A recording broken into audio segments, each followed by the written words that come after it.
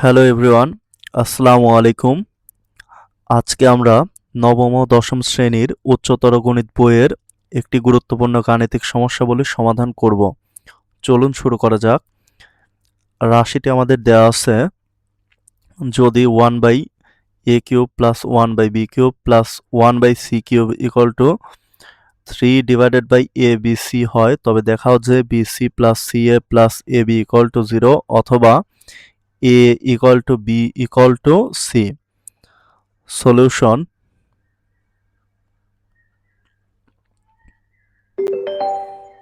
দেওয়া আছে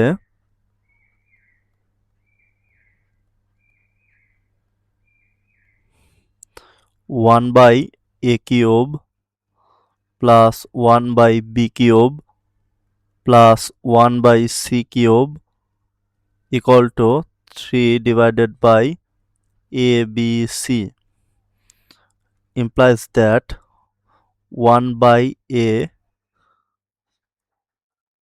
তার হোল কিউব প্লাস 1/b তার whole cube plus 1/c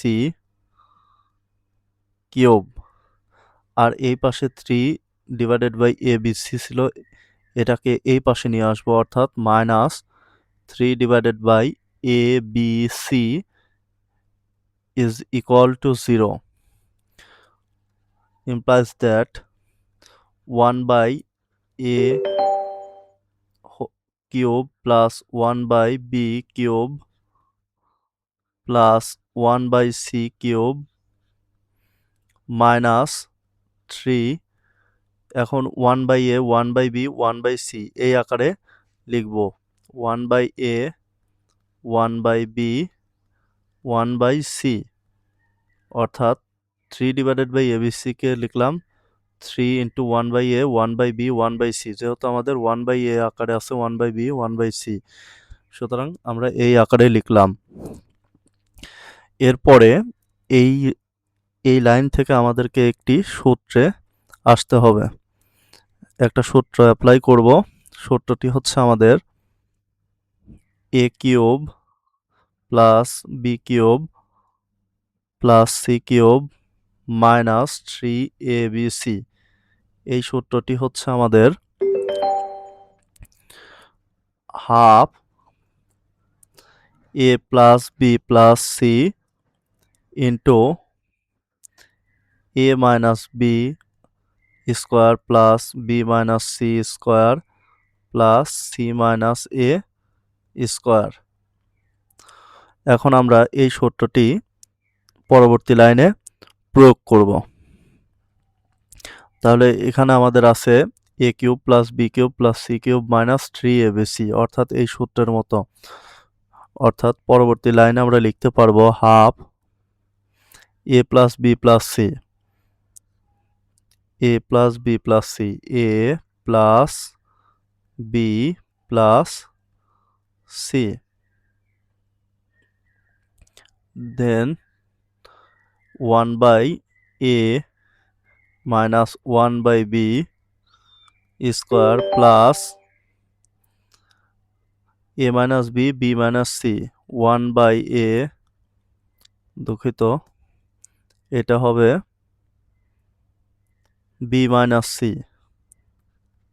b - c square plus c - a c - a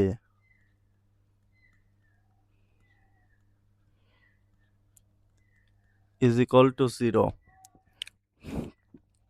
এবার হাফকে ওই পাশে নিয়ে গেলে আমাদের থাকবে 1/a + 1/b + 1/c into 1/a - 1/b square plus 1/b - 1/c square plus 1/c - 1/a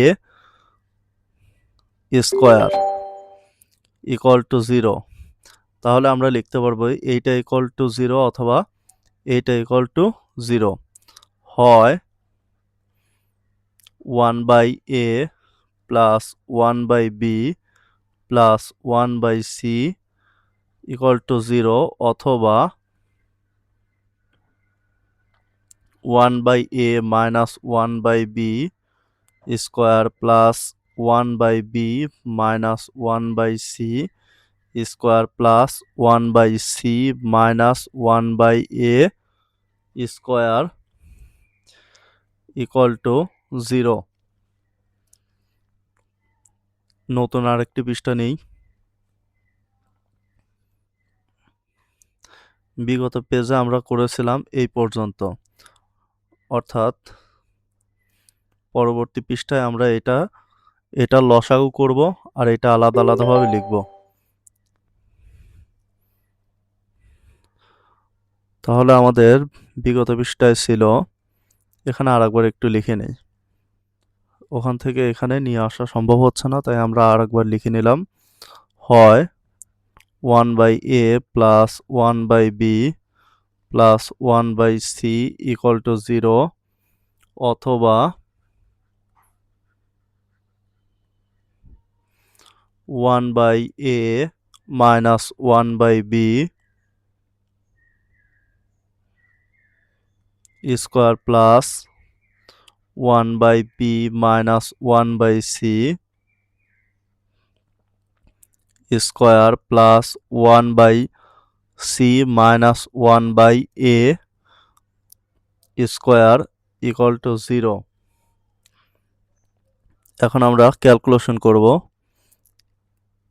এটা আমাদের লসাগু করতে হবে, এ বি সি লসাগু আসলো, তাহলে এ ক্যান্সেল, তাহলে আমাদের থাকছে বিসি প্লাস বিবি ক্যান্সেল, তাহলে আমাদের থাকছে সি এ প্লাস সি সি ক্যান্সেল, তাহলে আমাদের থাকছে এ বি ইকুয়াল টু 0।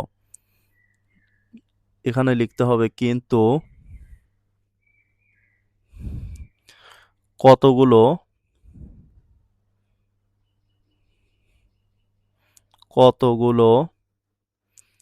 বর্গ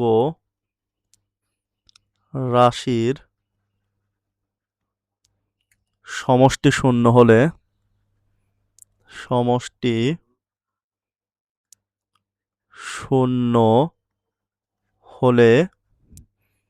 এরা পৃথক পৃথকভাবে শূন্য হবে। পৃথকভাবে শূন্য হবে implies that ABC এই পাশে চলে গেলে 0 হয়ে যাবে, BC plus CA plus AB অর্থাৎ রাইট সাইডে 0 থাকবে। আর এখানে আমাদের কিন্তু কতগুলো বর্গরাশির সমষ্টি শূন্য হলে এরা পৃথক পৃথকভাবে শূন্য হবে, অর্থাৎ 1/a minus 1/b তার স্কোয়ার ইকুয়াল টু 0, আবার 1/b minus 1/c তার স্কোয়ার ইকুয়াল টু 0, আর এখানে আবার 1/c minus 1/a তার হোল স্কোয়ার ইকুয়াল টু 0।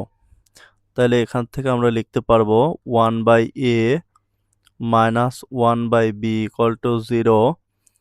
এবারে আমরা 1/a কে এ পাশে রাখলাম, 1/b কে এই পাশে রাইট সাইডে নিয়ে গেলাম, আবার 1/b minus 1/c equal to 0। একইভাবে 1/b কে রাখলাম, 1/c কে ডান পাশে নিয়ে গেলাম, 1/c minus 1/a equal to 0।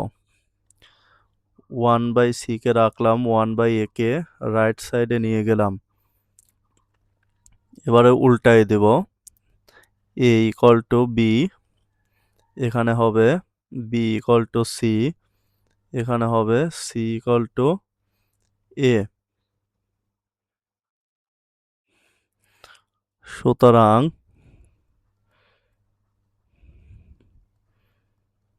BC plus CA plus AB equal to 0, অথবা A equal to B equal to C. কেন আমাদের A equal to B equal to C? কারণ A equal to B, B equal to C. A B এর সমান, B C এর সমান, আবার C এ এর সমান, সি এ এর সমান। তাই আমরা লিখতে পারবো A equal to B equal to C. এটি আমাদের প্রমাণ চেয়েছিল, সুতরাং আমাদের লিখতে হবে শোড। এটা আমাদের দেখাতে বলেছিল, শোড। ধন্যবাদ সকলকে। আসসালামু আলাইকুম।